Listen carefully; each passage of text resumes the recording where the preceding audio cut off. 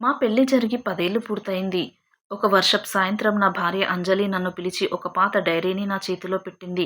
ఆమె కళ్ళలో ఒక వింతైన మెరుపు. అదే సమయంలో ఏదో దాచుకున్న బాధ కనిపిస్తున్నాయి. నేను చనిపోయాక మాత్రమే దీన్ని చదవండి అని ఆమె ఎంతో బ్రతిమిలాడింది.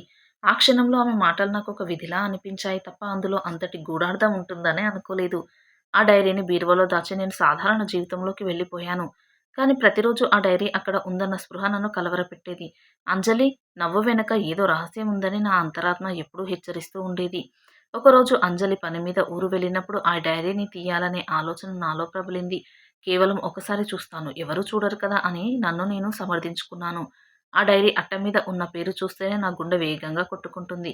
అది ఒక సాధారణ డైరీ కాదు, అంజలికి గడిచిన 10 ఏళ్ల అనుభూతుల సమాహారం. నా చేతులు వణుకుతూ ఉండగా మొదటి పేజీని తెరిచాను. అక్కడ ఆమె రాసిన మొదటి వాక్యం నన్ను ఉలిక్కి పడేలా చేసింది. నా జీవితం పట్ల నాకున్న నమ్మకం ఆ క్షణమే దెబ్బతింది. ఆ డైరీలో ఆమె ఒక గంభీరమైన నిజాన్ని దాచిపెట్టింది. అది తెలిస్తే నేను తట్టుకోలేనని ఆమెకు తెలుసు. అందుకే ఆమె ఆ షరతు విధించింది. ఇప్పుడు నేను తప్పు చేశానో, ఒప్పు చేశానో తెలియదు. కానీ ఆ పేజీలను చదవడం ఆపలేకపోయాను. ఆమె రాసిన ప్రతి అక్షరం ఒక బాణంలా నా గుండెల్లోకి దూసుకెళ్తోంది. 10 ఏళ్ల బంధం ఒక అబద్ధపు పునాది మీద నిర్మించబడిందని నాకు అర్థమైపోయింది. ఆమె నన్ను ప్రేమిస్తుందని అనుకున్నాను. కానీ ఆమె మనసులో ఇంకెవరో ఉన్నారు. అది చదువుతుంటే నా కళ్ళ ముందు అంజలితో గడిపిన క్షణాలు కళ్ళ ముందు కదులుతున్నాయి. ఏది నిజం? ఏది అబద్ధం అనే సందిగ్ధంలో మునిగిపోయాను. ఆ డైరీ నా చేతిలో ఉండగానే ప్రపంచం ఆగిపోయినట్లు అనిపించింది. నేను ఆశించిన దానికంటే దారుణమైన నిజం నా కోసం ఎదురుచూస్తుంది. ఆ డైరీలోని అక్షరాలు నా జీవితాన్ని నిలువునా చీల్చేస్తున్నాయి. ఆమె ఎందుకు నన్ను పెళ్లి చేసుకుంది? ఆ ప్రశ్నకు సమాధానం ఆ డైరీలోనే ఉంది. నా కళ్ళు తిరుగుతున్నాయి. అంజలి ఆ డైరీలో రాసిన విషయాలు నా ఊహకు అందనివి. పెళ్లికి ముందు ఆమెకు మరొకరితో గాఢమైన ప్రేమ ఉండేదని నాకు తెలుసు. కానీ ఆ వ్యక్తి చనిపోయాడని ఆమె చెప్పిన మాటల్ని నేను నమ్మాను. నిజానికి అతను చనిపోలేదు. వేరే దేశంలో బ్రతుకుతున్నాడని ఆ డైరీ చెబుతుంది. అంతేకాదు నా భార్య 10 ఏళ్లుగా ప్రతి నెలా అతనికి రహస్యంగా కొన్ని డబ్బులు పంపుతుంది. మన ఇంట్లో గొడవలు జరిగిన ప్రతిసారి ఆమె ఆ వ్యక్తిని గుర్తుకు చేసుకుంటూ డైరీలో విలపించింది. నేను ఆమెకు ఇచ్చిన కానుకలు కూడా ఆమెకొక భారంగానే అనిపించాయని తెలిసింది. తన డైరీలో ఆమె నేను ఒక అబద్ధాన్ని జీవిస్తున్నాను అని రాసుకుంది. అది చదివినప్పుడు నా గొంతులో ఏదో అడ్డం పడినట్లు అనిపించింది. నేనామెను ఎంతలా ప్రేమించానో ఆమె అంతకంటే ఎక్కువగా తన గతంలోనే జీవిస్తోంది. ఆమె నాకు భార్యగా ఉన్నా మనసు మాత్రం ఎక్కడో వేరే తీరాల్లో ఉంది. ఇది ఎంతటి దారుణమైన వంచన అని నా మనసు రగిలిపోతుంది. నేను అంజలికి అంతగా ఏం తక్కువ చేశాను? ఆమె ఎందుకు నన్ను ఇంతగా మోసం చేసింది? ఆమె రాసిన ప్రతి పేజీలో అతని పేరు పదే పదే కనిపిస్తుంది. ఆమె తన డైరీలో నన్ను ఒక మంచి స్నేహితుడని పేర్కొంది తప్ప భర్తగా గౌరవం ఇవ్వలేదు. ఆ పదం నా ఆత్మగౌరవాన్ని చంపేస్తుంది. నేను పంచుకున్న క్షణాలు, ఆత్మీయ సంభాషణలు అన్నీ ఆమె దృష్టిలో కేవలం ఒక నాటకం. ఎంతటి నటన! ఎంతటి ముసుగు! నా భార్యను నేను అస్సలు ఎప్పుడూ అర్థం చేసుకోలేదా? ఆ పేజీలు తిప్పుతున్న కొద్దీ నాలో ద్వేషం పెరుగుతుంది. ఆమె వంటగదిలో నవ్వుతూ ఉంటే ఆ డైరీలో ఆమె కన్నీళ్లు పెడుతోంది. ఎంతటి ద్వంద్వ జీవితం ఆమెది! నేను ఆశించిన సంసారం ఇదేనా? నా 10 ఏళ్ల కష్టం వృధా అయిందని అనిపిస్తోంది. ఆమె రాసిన ప్రతి వాక్యం నన్ను చంపుతోంది. ఈ నిజాన్ని తెలుసుకున్న నేను ఇక అంజలి ముఖాన్ని ఎలా చూడగలను? ఇప్పుడు నా ముందున్నది ఒక పెద్ద ప్రశ్నార్థకం. నాలోని సహనం నశించింది. ఆమె ఆ డైరీలో తన ప్రేమ కథను ఎంత వివరంగా రాసిందంటే నేను అక్కడ లేనివాడిని అనిపించింది. అతను ఆమె కోసం విదేశాల నుండి రాసిన ఉత్తరాలను కూడా ఆమె చాలా భద్రంగా దాచుకుంది. వాటిని చదువుతుంటే అంజలి నిజమైన ప్రేమ ఆ వ్యక్తి పట్ల మాత్రమే ఉందని నాకు స్పష్టమైంది. నా పెళ్లి రోజున కూడా ఆమె అతని గురించి ఆలోచిస్తూ డైరీలో రాసింది. ఈరోజు నా జీవితంలో చీకటి రోజు అని ఆమె రాసిన వాక్యం నన్ను కుప్పకూలేలా చేసింది. అప్పుడు నాకు అర్థమైంది. ఆమె నన్ను పెళ్లి చేసుకున్నది ఒత్తిడి వల్ల లేదా తన కుటుంబ గౌరవం కోసం అని. నేను కేవలం ఆమె జీవితంలో ఒక బాధ్యతను మాత్రమే. నా భార్యకు నా మీద కనీసం ఆత్మీయత కూడా లేదని అర్థమైంది. ఒకవేళ ఆ వ్యక్తి ఇప్పుడు వస్తే ఆమె నన్ను వదిలేసి వెళ్ళిపోవడానికి కూడా సిద్ధంగా ఉంది. ఆమె డైరీలో రాసిన ప్రతి వాక్యం ఒక బాకులా నా మనసును పొడుస్తోంది. నేనేమో ఆమె కోసం ప్రాణాలు ఇవ్వడానికైనా సిద్ధమని అనుకున్నాను. కానీ ఆమె నా నుండి ఏమి కోరుకుంటుందో తెలియదు. డబ్బులు పంపడమే కాకుండా అతనితో ఫోన్‌లో మాట్లాడిన వివరాలు కూడా ఉన్నాయి. ఒక భర్తగా నేను ఎంతటి అజ్ఞానంలో ఉన్నానో తలుచుకుంటే సిగ్గనిపిస్తుంది. ఈ 10 ఏళ్లు నేను ఎవరితో జీవిస్తున్నాను? నా పక్కన పడుకున్నది అంజలి కాదు, ఒక శూన్యం. నేను ఆమెను ఎంతగానో ప్రేమించాను. కానీ ఆమె ప్రేమలో నాకు చోటే లేదు. ఆ డైరీలో ఆమె ఒక చోట నేను తనని ఎందుకు ద్వేషించలేకపోతున్నాను అని రాసింది. అది నన్ను ఉద్దేశించి రాసిందా? లేక తనను తాను ప్రశ్నించుకుందా? నా మీద కనీసం జాలి కూడా లేదా? ఈ ఆలోచన నన్ను పిచ్చివాడిని చేస్తుంది. ఆమె చేసిన మోసం గురించి ఎవరికీ చెప్పుకోలేని పరిస్థితి. మౌనంగా బాధపడడం తప్ప మరో మార్గం నాకు కనిపించడం లేదు. డైరీలో ఆమె ఆశలు, ఆరాటాలు, అతని కోసం వేచి చూసే నిరీక్షణ అన్నీ ఉన్నాయి. నేను ఒక అతిథిగా ఆ ఇంట్లో బ్రతుకుతున్నాను అని అర్థమయింది. ఈ నిజాన్ని జీర్ణం చేసుకోవడం నాకు కష్టంగా ఉంది. ఆమెతో గడిపిన ప్రతి క్షణం ఇప్పుడు నాకు విషంలా అనిపిస్తుంది. నాలోని ఆవేదనను మరింత తీవ్రం చేస్తుంది. ఆమె తన డైరీలో ఒకానొక సందర్భంలో నేను గర్భవతిని కాలేదని తెలిసినప్పుడు అతను లేనందుకే నా మనసు ఊరట చెందింది అని రాసింది.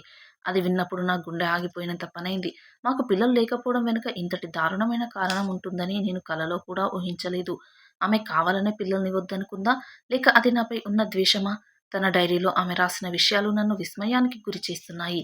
ఆమె ఆ వ్యక్తితో మళ్ళీ కలిసిపోవాలని ప్లాన్ చేస్తోందని కూడా అందులో ఉంది. దానికి తగ్గట్టుగానే ఆమె డబ్బులు కూడబెడుతుంది. అంజలి ఎంత క్రూరమైన నిర్ణయం తీసుకుందో అనిపిస్తుంది. నేను ఆమె కోసం ఏం చేయలేదని ఆమె తప్పు పట్టడం లేదు. కానీ ఇంతటి మోసమా? మనం నమ్మిన మనిషి మనల్ని ఎంతగా సర్వనాశనం చేయగలరో ఈ డైరీ నాకు చూపుతోంది. ఆమె ప్రతిరోజు నన్ను పలకరిస్తున్నప్పుడు ఆ డైరీలో అతని కోసం కన్నీరు పెడుతుంది. ఆ నటనను నేను ఇంతకాలం ప్రేమ అని భ్రమపడ్డాను. నా జీవితం పట్ల ఉన్న ఉత్సాహం మొత్తం ఆ డైరీ చదవడం వల్ల కరిగిపోయింది. ఇప్పుడు నేనేం చెయ్యాలి? అంజలిని నిలదీయాలా? లేక ఆమెకు తెలియకుండానే ఆ డైరీని తగలబెట్టేయాలా? నా మనసులో ఘర్షణ జరుగుతుంది. ఒకవైపు ఆమెపై ఉన్న కోపం, మరోవైపు ఆమె పట్ల ఉన్న పాత ప్రేమ. ఈ రెండింటి మధ్య నలిగిపోతున్నాను. ఆ డైరీని మళ్ళీ బీరువాలో పెట్టి అంజలి వస్తే ఏం చెప్పాలి? ఆమె రాసిన విషయాలు అబద్ధమని ఆమె కళ్ళల్లోకి చూసి అడగగలనా? నా ఆత్మగౌరవం దానికి అంగీకరించడం లేదు. ఆమె చేసిన పనికి శిక్ష ఏంటో నాకు అర్థం కావడం లేదు. చట్టం ప్రకారం విడాకులు తీసుకోవచ్చా? కానీ ఆ నిజం బయటకు వస్తే నా పరిస్థితి ఏంటి? ప్రతి పేజీని తిప్పుతుంటే అంజలి కొత్త రూపాలు కనిపిస్తున్నాయి. ఆమె నా భార్య కాదు, ఒక అపరిచిత వ్యక్తి. ఈ 10 ఏళ్ల కాలం నా జీవితంలో ఒక చీకటి అధ్యాయంలా మిగిలిపోయింది. మనిషిని నమ్మడం ఎంత ప్రమాదకరమో ఇప్పుడు అర్థమవుతోంది. డైరీలో చివరి పేజీని తెరిచినప్పుడు అక్కడ ఆమె రాసిన మాటలు నా ప్రాణాలు తీశాయి. నేనిప్పుడు బ్రతుకుతున్నది కేవలం చావడం కోసం.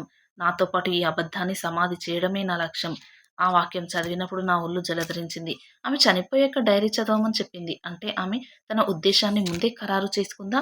నా భార్య ఆత్మహత్యకు సిద్ధమవుతుందా? ఈ ఆలోచన నన్ను భయంతో వణికిస్తుంది. ఇంత తెలిసినా ఆమెను ఆపలేనా? ఆమె ఎందుకు ఇంతటి దారుణమైన నిర్ణయం తీసుకుంది? ఏ తప్పు ఆమెను ఇంతగా వేధిస్తుంది? నేను ఆ డైరీని చదివేసిన విషయం తెలిస్తే ఆమె నన్ను ఇంకేం చేయగలదు? నా మనసులో ఇప్పుడు ఏమీ మిగలలేదు. కేవలం భయం, బాధ మాత్రమే ఉన్నాయి. నేను ఆమెను ప్రాణంగా ప్రేమిస్తున్నాను. అది నిజం. ఆమె నన్ను మోసం చేసిన ఆమె క్షేమమే నాకు ముఖ్యం. ఇప్పుడు అంజలిని ఎలా కాపాడాలి? ఈ సమస్యకు పరిష్కారం ఏంటి? ఆమె రాసిన నిజం నా హృదయాన్ని కుప్పకూల్చింది. కానీ ఆమె ప్రాణాన్ని కాపాడాల్సిన బాధ్యత నాపై ఉంది. నేను ఆ డైరీని అలాగే టేబుల్ మీద వదిలేసి అంజలి కోసం ఎదురుచూశాను. ఆమె రాగానే ఆ డైరీని చూసి ఆమె ముఖం ఒక్కసారిగా పాలిపోయింది. ఆమె కళ్ళలో భయం, ఆందోళన స్పష్టంగా కనిపిస్తున్నాయి. కానీ నేను ఎటువంటి ఆవేశానికి లోను కాకుండా చాలా ప్రశాంతంగా ఆమెకు ఆ డైరీని అప్పగించాను. నేను చదవకూడదనే చదివాను. కానీ అది నా జీవితాన్ని మార్చేసింది అని అన్నాను. ఆమె ఏమీ మాట్లాడలేకపోయింది. ఆమె కళ్ళ నుండి నీళ్లు కారుతున్నాయి. నేను ఆమెను ద్వేషించలేదు. కేవలం ఆమె నిజమైన ప్రేమని అంగీకరించాను. అంజలి, ఇప్పుడు నువ్వు నేను విడిపోవడమే మంచిదని నాకు అర్థమైంది. ఆమె తన ప్రేమికుడితో కలిసి సంతోషంగా బ్రతకడం కోసం నేను విడాకులకు దరఖాస్తును సిద్ధం చేశాను. ఇద్దరి తల్లిదండ్రులను ఇంటికి పిలిపించి అన్ని విషయాలను వారికి పూసగుచ్చినట్లు వివరించాను. అంజలి గడిచిన 10 ఏళ్లుగా అనుభవిస్తున్న నరకాన్ని, ఆమె మనసులోని వేదనను వారికి నిజాయితీగా చెప్పాను. నేను బాధితుడిగా కాకుండా ఆమెకొక స్నేహితుడిగా నిలబడడం అందరినీ ఆశ్చర్యపరిచింది. ఆమె తల్లిదండ్రులు కన్నీటి పర్యంతమయ్యారు. కానీ నా నిర్ణయం వెనుక ఉన్న ఉద్దేశాన్ని అర్థం చేసుకున్నారు. అబద్ధపు బంధం కంటే నిజాయితీతో కూడి విడిపోవడమే గొప్పదని వారు గుర్తించారు. అంజలి తన ప్రేముడి కోసం వెతుకులాట మొదలుపెట్టిందని ఆమెకే తెలుసు. నేను దానికి మార్గం సుగమం చేశాను. ఆ ఇంట్లో 10 ఏళ్లు నిండిన జ్ఞాపకాలు అన్నీ ఇప్పుడు చెదిరిపోయాయి. ఒక కొత్త జీవితం కోసం ఆమె సిద్ధమైంది. విడాకుల పత్రాలపై సంతకం చేసేటప్పుడు నా చేతులు కొంచెం వణికినా మనసులో ఒక రకమైన ప్రశాంతత ఉంది. అంజలి చివరిసారిగా నా వైపు చూసి కృతజ్ఞతగా తల వంచింది. ఆమె వెళ్ళిపోయాక ఆ ఇల్లు ఒక్కసారిగా నిశ్శబ్దంలో మునిగిపోయింది. కానీ అది శూన్యం కాదు. నా సొంత జీవితాన్ని మళ్ళీ వెతుక్కునే ఒక కొత్త ప్రారంభం. ఆమె తన ప్రేమికుడి వద్దకు చేరుకుంది. వారిద్దరి కలల ప్రపంచంలో వారు జీవించడం మొదలుపెట్టారు. ఈ నిర్ణయం వల్ల ఆమె ప్రాణాలు కాపాడగలిగానన్న సంతృప్తి నాకు మిగిలింది. తల్లిదండ్రులు కూడా మా నిర్ణయాన్ని గౌరవించి మాకు అండగా నిలిచారు. 10 ఏళ్ల బంధం ఒక మధురమైన జ్ఞాపకంలా మిగిలిపోయినా నిజం అందరినీ నిజాయితీ మార్గంలో ఉంచింది. ఇప్పుడు నేను ఒంటరిని కాదు, ఒక గొప్ప నిర్ణయం తీసుకున్న వ్యక్తిగా మిగిలాను. ప్రేమ అంటే ఒకరిని మన సొంతం చేసుకోవడం కాదు, వారు ఎక్కడ ఉంటే సంతోషంగా ఉంటారో అక్కడ ఉండనివ్వడం అని అనుకున్నాను. ఈ కథ సుఖాంతం కాలేదు, కానీ సత్యంతో ముగిసింది. ఎవరి దారి వారు చూసుకోవడం కంటే నిజాయితీగా విడిపోవడం వల్ల ఇద్దరి జీవితాలు బాగుపడ్డాయి. ఆ డైరీ నాకు నా భార్యను దూరం చేసింది. కానీ నాలోని పరిణితిని ప్రపంచానికి చూపింది. ఇప్పుడు నేను నా జీవితాన్ని కొత్తగా నిర్మించుకోవడానికి సిద్ధంగా ఉన్నాను. అంజలికి ఆమె ప్రేమ దొరికింది. నాకు నా ఆత్మగౌరవం దొరికింది. ఇదే మా ఇద్దరి జీవితాల్లో జరిగిన ఒక అసాధారణ మార్పు. కానీ నా నిర్ణయం మా బంధుమిత్రులలో, ఫ్రెండ్స్‌లో చాలా మందికి నచ్చలేదు. ఆమె అంతటి మోసం చేస్తే నేను ఆమెను క్షమించి వదిలేయడం వారికి ఎవ్వరికీ నచ్చలేదు. మరి మీ ఉద్దేశ్యం ఏంటి? నేను తీసుకున్న నిర్ణయం సరైనదేనా? మీ విలువైన అభిప్రాయాన్ని తప్పక తెలియచేయండి. Thanks for watching.